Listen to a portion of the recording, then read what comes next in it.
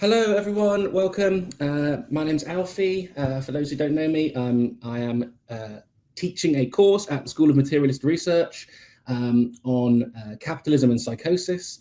You can check that out here at the website below. But I'm also today again here just as a podcaster, as an interviewer, to record some short promotional, short tasters to all the other professors that are teaching at the School of Materialist Research this summer. So I'm extremely happy today to be joined by Gil Anidjar from University of Columbia, who's a professor there in religion, Department of Religion, and has written a great many books, and he is teaching. When is your course? Do you know when your course is, Gil?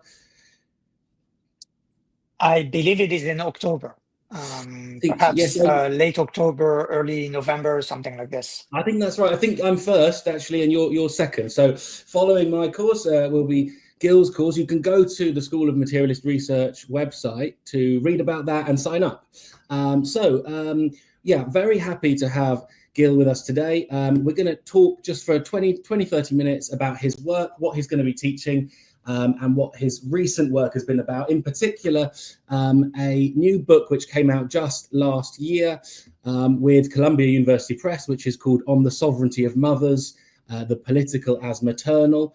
So we're going to dig into Gil's theories of motherhood and politics, and we're also going to talk a little bit about this concept of the anti-political and how it relates to activism and politics today, because this is another contemporary topic of Gil's. So really glad to have you, Gil. Thanks so much for joining us.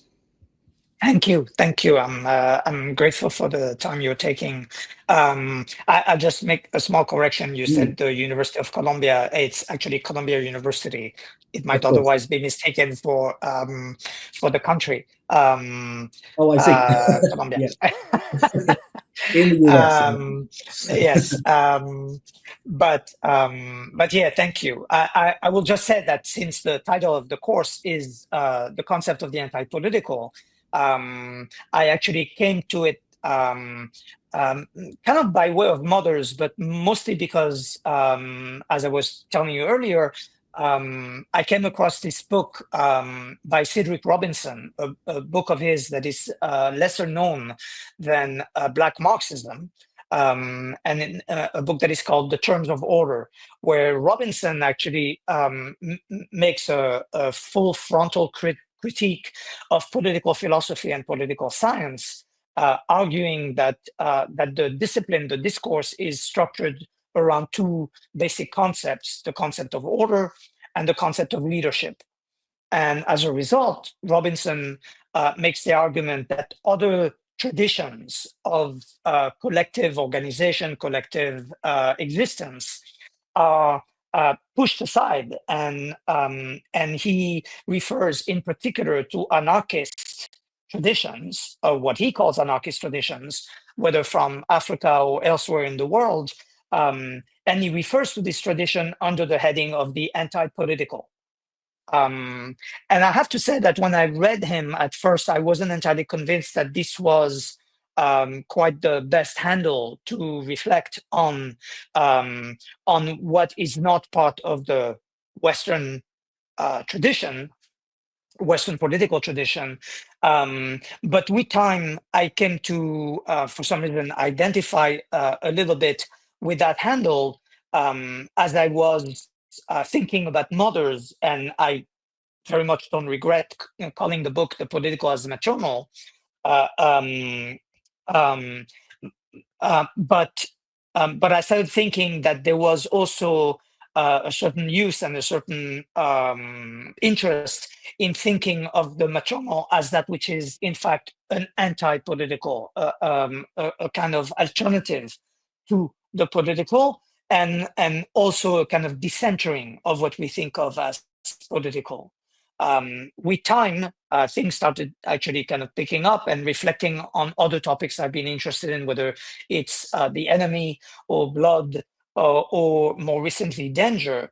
These are concepts, if we might say, that are in many ways fundamental to thinking about politics and about the political, but they have never made it to the center of attention, right? Again, the enemy is kind of marginal. It's what is outside of the polity.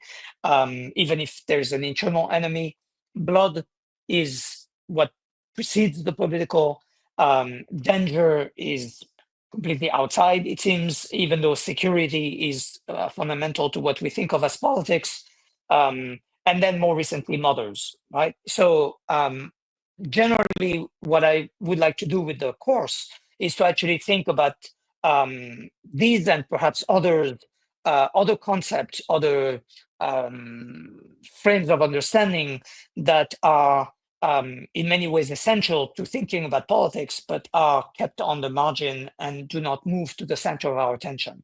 So that's the general kind of purpose of calling my class in a way that is, I fear, a little pretentious and bombastic. The concept of the anti-political, resonating, of course, with Carl Schmitt on the concept of the political.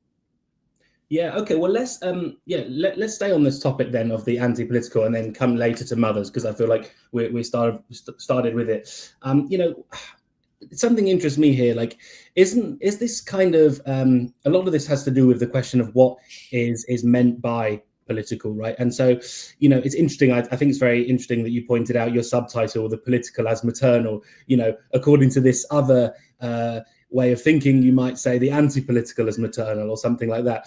But is what's at stake here like a little bit of what's meant by politics? Because I remember in my first year of undergraduate, you know, being told this, you know, there's politics with a capital P, which is like electoral politics, things like that. And then there's, you know, politics with a small p, which is like everything else, the politics that is inherent to family, culture, society in a different way. So I sort of reminded of that debate, and also of, you know, a recent, I don't know if you've seen the writing of Anton Jaeger, but he has this term, hyperpolitics. And he says that basically this is an age of hyperpolitics because we see politics everywhere. You know, so we watch a TV show and we say, oh, this is right wing, this is left wing, this is whatever. And for him, this is a problem because it makes it very difficult to distinguish like where truly politics is happening, right? So we talk about politics all the time, and we say there's politics everywhere, but where is politics actually happening? You know, and yeah, I mean, this is like Jacques Rancière writes about this, saying that politics is about knowing where it's possible to make change. You know, to actually So yeah, my question there is does that resonate with you? Like, what's at stake in saying that, you know, this question is it politics or is it anti-politics? Like, what for you is at stake in that distinction, let's say? Right. Thank you for this. I actually, in the time of those debates that you just described very well, there's also the emergence or the re-emergence of that substantive, the political, right, which begins as a kind of article, right? It's as an adjective. This is political. This is not political. With a capital P or with a lowercase p. But the moment the political gets substantivized, which is often, one often credits Carl Schmitt for that particular move, the question becomes, how does one distinguish the political from the aesthetic, from the ethical, from the economic, even. And Schmitt famously speaks of an intensification of any of those spheres: aesthetic, religious, economic, etc. And the point of incandescence, as it were, the point of conflict, is the moment where the political emerges as a separate realm, as it were, right, as a distinct realm. And as long as antagonism has not been reached, then we are within, Schmitt would say, liberalism, which is where the political comes to die, as it were. So the question of the singularity of the political, as opposed precisely to other realms, right, is one of the things that I found, with many others, very appealing. And with a certain resistance to the way Schmidt puts it, which is that the distinction between the friend and the enemy, or for that matter, the concept of the sovereign, right? Not even the concept, the very fact of sovereignty is what is going to define the political. Agreeing with Schmidt that contestation is part of what we're talking about, I have felt in the particular horrifying juncture at which we find ourselves that you're right, everything is political, or everything can be recognized as political. But then the question is, well, where exactly are we supposed to look, right? I mean, we can look left and right, and we can say, well, I go left, so I don't look right. Or we can say, well, we have to look everywhere for the particular political issue that is, to us, most urgent. And the concept of urgency and of emergency is, of course, at the center of Schmidt and of much of our political thinking since. And I'm more and more concerned with the question of how do we decide not just what the emergency is, but rather how do we distinguish between multiple emergencies, right? Like, what is most important today? And many of us are, of course, concerned with whatever it is that we are concerned, and with good reason. But then we find ourselves in utter disagreement with others who say, no, this is more urgent, right? So is the environment the most urgent? Is the rise of fascism the most urgent? Is the politics of reproduction, the treatment of women and trans and etc., right? And we can find a way to bring it all together, although that is quite difficult to do.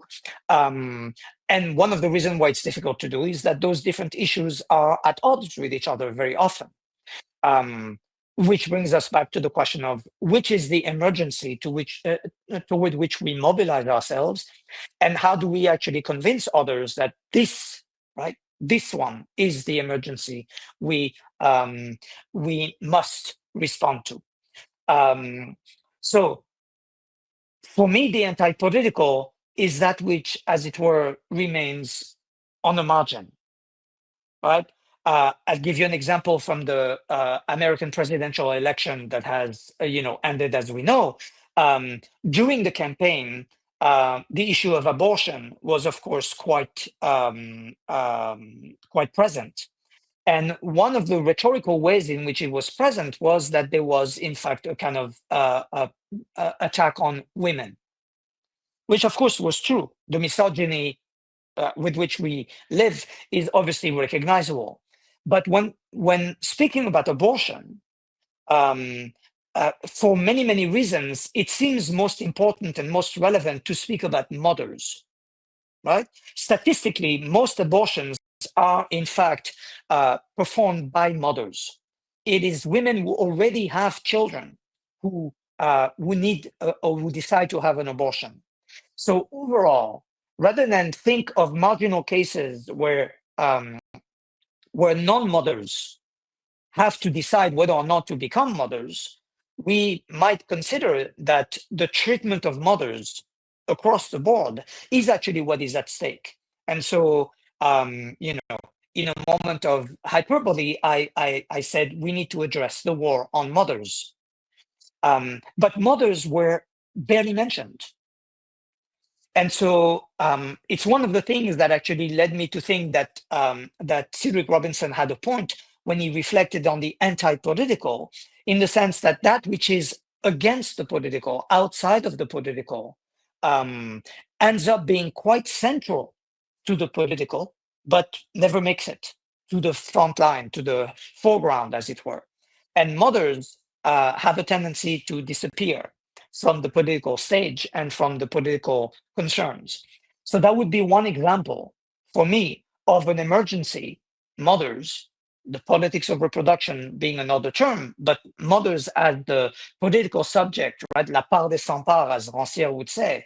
How do we give the part that mothers deserve within the polity, without avoiding mothers as political subjects, and perhaps even as, I'll say it in a non-Rancierian way, foundational to the political. right? Yeah. Yeah, no, I think this is so interesting. Let me ask more about mothers, but first, just on what you were saying there about anti-politics, I think you're absolutely right that, and yeah, this is also what Rancière says, that, it's a question of what is capable of counting for something. We can see politics everywhere, but as you say, we struggle with this. What is capable of counting for something and what isn't? What is the site of contestation? You're absolutely, it's a very brave and important topic to think about this, why we're in this. Because what leads to this weird kind of impasse, really, where, as you say, is this more important than this and more important than this? And this kind of structures our way of thinking about politics. And I think that's a really interesting topic to be thinking about. I'm sure that people will want to study that and talk about that on the course. It also reminded me, your theory of anti-politics, of almost what I think of as, when I think of Marx's conception of communism, because here also talks about communism not as this, it gets extremely easily misread, but he often talks about communism more like a sort of spectre of capitalism. So it's not like an alternative or an other system, but like something which kind of ghosts the margins of capitalism and ends up feeding in or whatever. And it reminded me of the way you were framing the question of the anti-political as this kind of like peripheral that has the potential to be central, or is central precisely by being peripheral or whatever. I think seemed like a super interesting way of I like that a lot. Absolutely. It's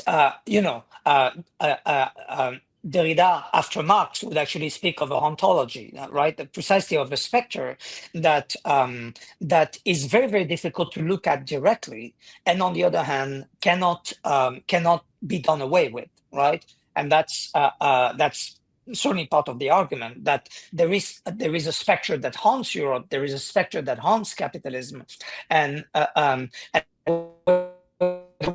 we call this justice, or whether we call this communism, it is not something that can simply go away. And so, yes, the anti-political, meaning that what is at stake is not to refound, right, like to bring a new foundation to the political, but rather to consider that which any foundation keeps out and yet is haunted by. I mean, philosophically, of course, one can find many references to something of that order, right? A constitutive outside or whatever, authorities of all kinds. But I think that to keep the political as a kind of central frame and ask what is it that is always outside.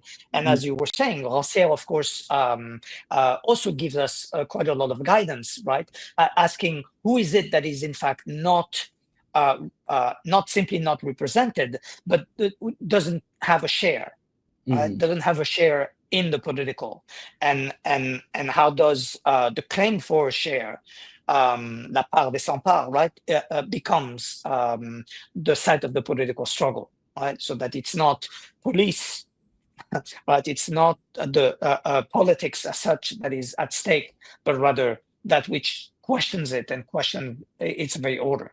Yeah, absolutely. No, it's super interesting. I mean, let me ask about mothers then, and talk a little bit about that before we run out of time, because I was also intrigued by your comment on the question of a war on mothers. So I'd like to hear a bit more about why you think a war on motherhood or mothers is taking place. I mean, it also makes me think of some of the kind of, even in progressive left circles, we do see this kind of like abolish the family discourse and things like that, which do kind of strike me as a kind of war on motherhood or whatever. But I just wanted to get your sense of why you used that that sentence, and what for you is a war on motherhood, and what is at stake in that. And also maybe it's something to do with economics. That's another side of my thinking, thoughts there. I haven't really formulated it, but is this a question of material and economic decline, meaning that we can't afford to these motherhood, which is maybe happening with some declining birth rates in some parts of the world. Right. That's interesting. It might take me elsewhere, but I'll just try to quickly answer one of the trajectories I went through was to recognize that we have long thought the political as paternal, right? Whether the patriarchy or just the fact that the father is the figure of sovereignty, right? And then with the emergence of social contract theory, we started thinking of the political as fraternal. Derrida, of course, told us that the brother was always there from the very beginning and fraternity was always part of what politics was about, the politics of friendship, the friend as brother, the brother as friend. But be that as it may, Derrida, interestingly enough, raises the question of the sister. But I came to ask about the mother for one very simple reason. In fact, which I later discovered Derrida had already raised, namely the notion that there's only one mother, right? The monomaternalism within which we work, which is predicated on an understanding of maternity that has to do with birth, that has to do with origin, with beginning, when in fact, as the cliched phrase which I quote many times in my book, it takes a village to raise a child. And so one of what seemed to me essential to recognize is that when speaking about mothers, it is precisely the fact of the plurality of mothers that is, in fact, the condition of possibility of the duration of any collective, right? So what we call sexual reproduction may not be the only way in which a collective lasts in time, but it is certainly one of the preferred way.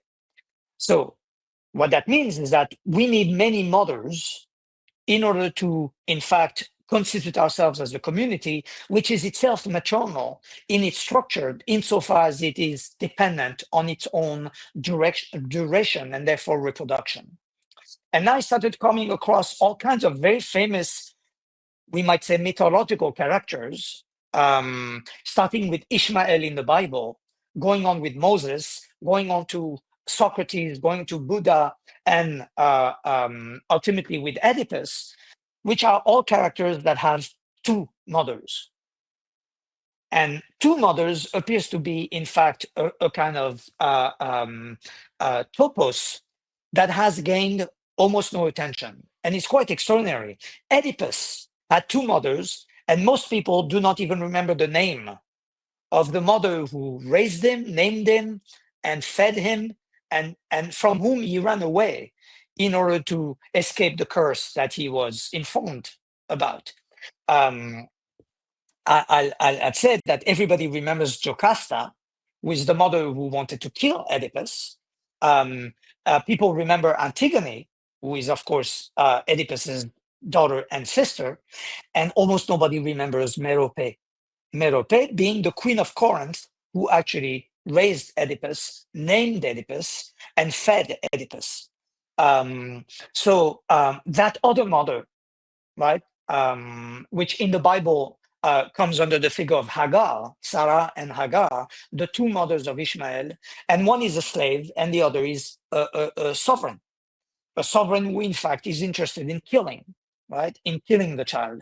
So the political and maternal sovereignty, which is a term that is found almost nowhere, ends up being in fact quite essential to reflect on what mothers are. And Hobbes, of all people, actually identifies a maternal sovereignty, which is the power of mothers to preserve, but also the power to destroy. A classic understanding of sovereignty, which ends up being quite key to any understanding of the political. Now, flash forward to the debate on abortion. That which is denied is not the choice, but rather the power of a mother to kill, not to murder, which is not the same, right? An essential distinction, after all, in law, yes? And I just want to at least reclaim that tradition to recognize what it is that mothers are and have been for the duration of the polity, but also for the nature of the polity, which always gives itself the right to kill, and even to kill its own members, right? A power that is originally, if I may put it this way, maternal, and continues to be so, and continues to be denied so, right? So there is an economic dimension insofar as, again, no collective could preserve itself over time without maternality, right? And it's a different question than the question of genre, because it's important to remember that the distinction between woman and mother is both necessary and exceedingly dangerous, right?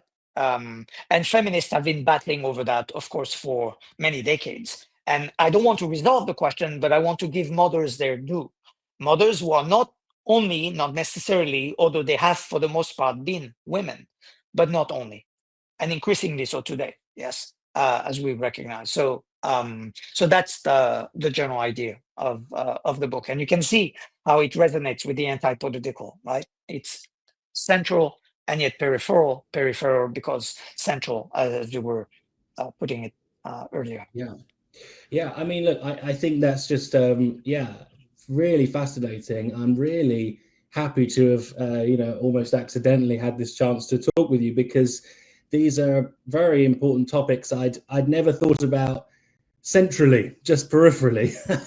So perhaps it's time for me to think about it seriously. I mean, I would love to I'll have to speak to you another time. I mean, I run a small pamphlet publishing series. We publish short essays as print pamphlets. You can see this is the website for them here, Everyday Analysis. I'd love to do a short pamphlet by you on anti-political or something like this. They're very short, but it's what we do. We have a big reading group in London and we debate them and discuss them. And this is just exactly the sort of discussion and topic that people would really care about, but haven't had a discussion they haven't necessarily had in these terms. So, I mean, thanks so much for introducing. Well, thank you. I mean, I'd love to discuss it. Incidentally, I'm actually supposed to come to London toward the end of October, so maybe we can and if you have a conversation about.